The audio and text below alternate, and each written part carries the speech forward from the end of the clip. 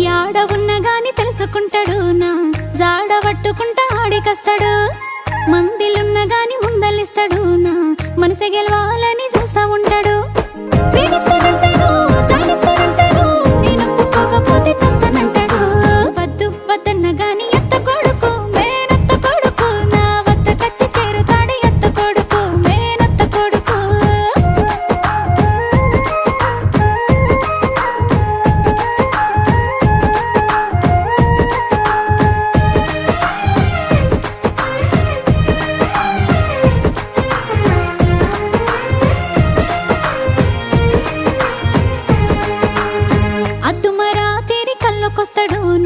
నిద్దుర పాడు చేస్తా ఉంటాడు